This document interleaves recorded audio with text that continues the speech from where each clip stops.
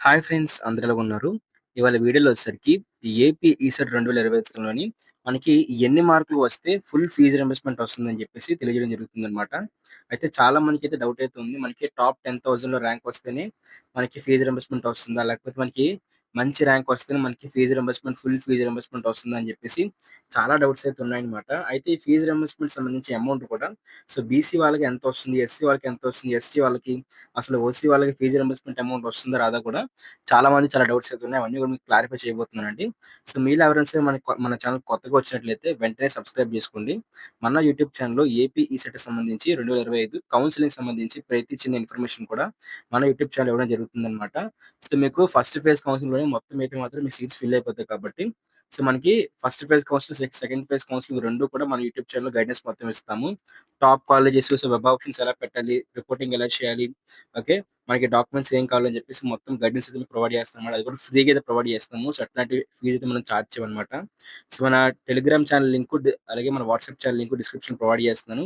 మీకేమైనా డౌట్స్ ఉంటే ఖచ్చితంగా కూడా మీరు ఇన్‌స్టాగ్రామ్‌కి అయితే వచ్చి కాంటాక్ట్ అయితే అయ్యి మీ డౌట్స్ మొత్తం క్లారిఫై చేసుకోవచ్చు. సో, అందరూ కూడా వీడియో లైక్ చేయండి. లైక్ చేసిన తర్వాత వీడియోని స్టార్ట్ అయితే చేయండి. సో, చూసుకున్నట్లయితే ముందుగా మనకి ఎన్ని మార్క్స్ వస్తే మనకి ఫుల్ ఫీజ్ రింబర్స్‌మెంట్ వస్తుందని చూసుకున్నట్లయితే మనకి జస్ట్ క్వాలిఫైయింగ్ మార్క్స్ సరిపోతుందండి. క్వాలిఫైయింగ్ మార్క్స్ అంటే ఏంటనుకున్నట్లయితే 25% ఆఫ్ మార్క్స్ అంటే 200కి ఈసెట్ స్టూడెంట్స్‌కి 50 మార్కులు వస్తే చాలండి. ఓకేనా?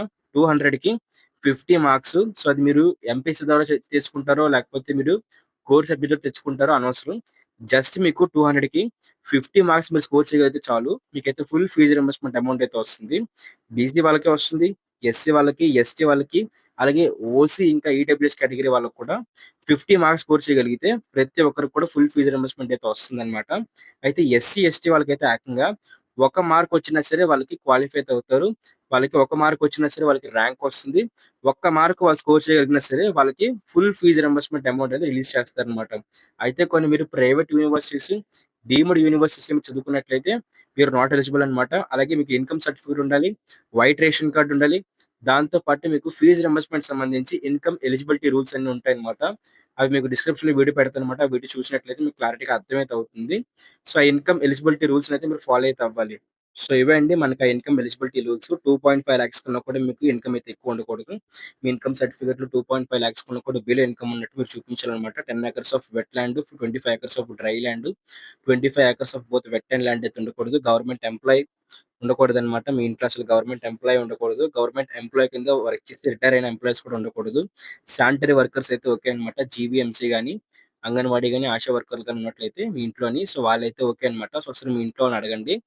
మీ ఇంట్లో ఎవరైనా సరే శానిటరీ వర్కర్ల కింద వర్క్ చేస్తారో లేదో వాళ్ళనైతే క్లారిటీగా అడిగి కనుక్కోండి. సో, వాళ్ళకైతే వస్తుంది. బట్ ఎవరైతే government employees like MRO, VRO, సచివాలయం employee, police, army, navy, so, వీళ్ళందరూ ఉంటారు. వీళ్ళందరికైతే ఎలాంటి ఫీజ్ రింబర్స్‌మెంట్ అమౌంట్ అయితే రాదనమాట. అలాగే మీ ఇంట్లో ఎవరికి కూడా 4 వీలర్ అంటే కార్ అయితే ఉండకూడదు. సో, కార్ ఉంటే మాత్రం మీకు ఫీజ్ రింబర్స్‌మెంట్ అమౌంట్ అయితే రాదనమాట. మీరు క్వాలిఫై అయినా సరే.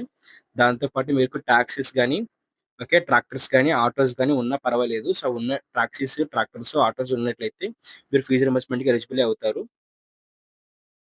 దాంతో పాటు మీరు ఎటువంటి డిస్టెన్స్ ఎడ్యుకేషన్ అంటే స్పాట్ అడ్మిషన్ గాని, మేనేజ్మెంట్ అడ్మిషన్ గాని, కరెస్పాండెన్స్ గాని, డిస్టెన్స్ గాని కట్టకూడదు.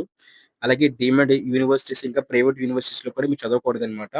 మీ అటెండెన్స్ గాని 75% ఉండి, మీరు డే స్కాలర్ గాని, లేకపోతే హాస్టల్‌లో ఉన్న స్టూడెంట్ అయినట్లయితే మీకు ఖచ్చితంగా ఫీజ్ రింబర్స్‌మెంట్ సంబంధించి అమౌంట్ అయితే రిలీజ్ చేస్తారు. సో, దీంతో పాటు మనకి ఈ ఎవరైతే ఎస్సీ కేటగిరీ ఉంటారో సో, వాళ్ళకి వాళ్ళ స్టూడెంట్ అకౌంట్‌లోకి ఫీజ్ రింబర్స్‌మెంట్ అమౌంట్ అయితే వేస్తారనమాట.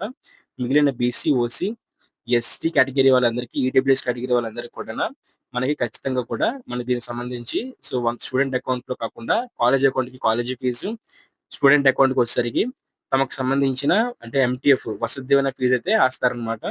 సో, దీంతో పాటే మీరు ఖచ్చితంగా ఈసెట్ క్వాలిఫై అవ్వాలి. ఈ ఎలిజిబిలిటీ రూల్స్ మొత్తం ఫాలో అవ్వాలి.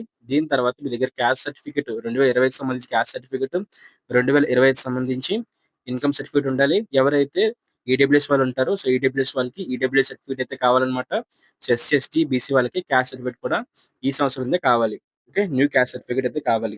మీకు ఇంకేమైనా డౌట్స్ ఉంటే ఖచ్చితంగా కామెంట్ చేయండి. నేను దానికి రిప్లై అయితే ఇస్తాను. మీ caste certificate, me income certificate A ఇయర్‌దో కూడా మీరు కామెంట్ చేసినట్లయితే, దాన్ని బట్టి అది ఓకే, కాదని చెప్పేసి నేను ఆన్సర్‌కి అయితే రిప్లై ఇస్తానన్నమాట. సో, అందరూ కూడా ఏం చేస్తారనుకున్నట్లయితే, మీకు ఏమైనా ఇంట్రెస్ట్ ఉన్నట్లయితే, మీ యొక్క మార్క్స్ ఎన్ని మార్క్స్ అయితే వచ్చాయో, ఆ మార్క్స్‌కైతే ఎంటర్ చేయండి. లేకపోయినట్లయితే మీ మార్క్స్ మీరు ఏ కాలేజ్‌కి అయితే అప్లై చేయాలనుకుంటున్నారో ఆ 2 అయితే ఎంటర్ చేయండి. మీకు ఆ కాలేజ్‌లో మీకు సీట్ వస్తుందా రాదా అని చెప్పేసి నేను మీకు క్లారిటీగా ఎక్స్‌ప్లెయిన్ చేస్తాను. ఓకే. కామెంట్ సెక్షన్‌లో రిప్లై అయితే ఇస్తానన్నమాట. సో, అందరూ ఈ వీడియోని లైక్ చేయండి. ఛానెల్ సబ్స్క్రైబ్ చేసుకోండి. పక్కన కనిపిస్తున్న బెల్ నోటిఫికేషన్ క్లిక్ చేసి ఆల్‌లో పెట్టుకోండి. టెలిగ్రామ్ ఇంకా వాట్సాప్ ఛానెల్ వెంటనే వెళ్లి జాయిన్ అయిపోండి లేటెస్ట్ అప్డేట్స్ కోసం. Thank you friends. బాయ్.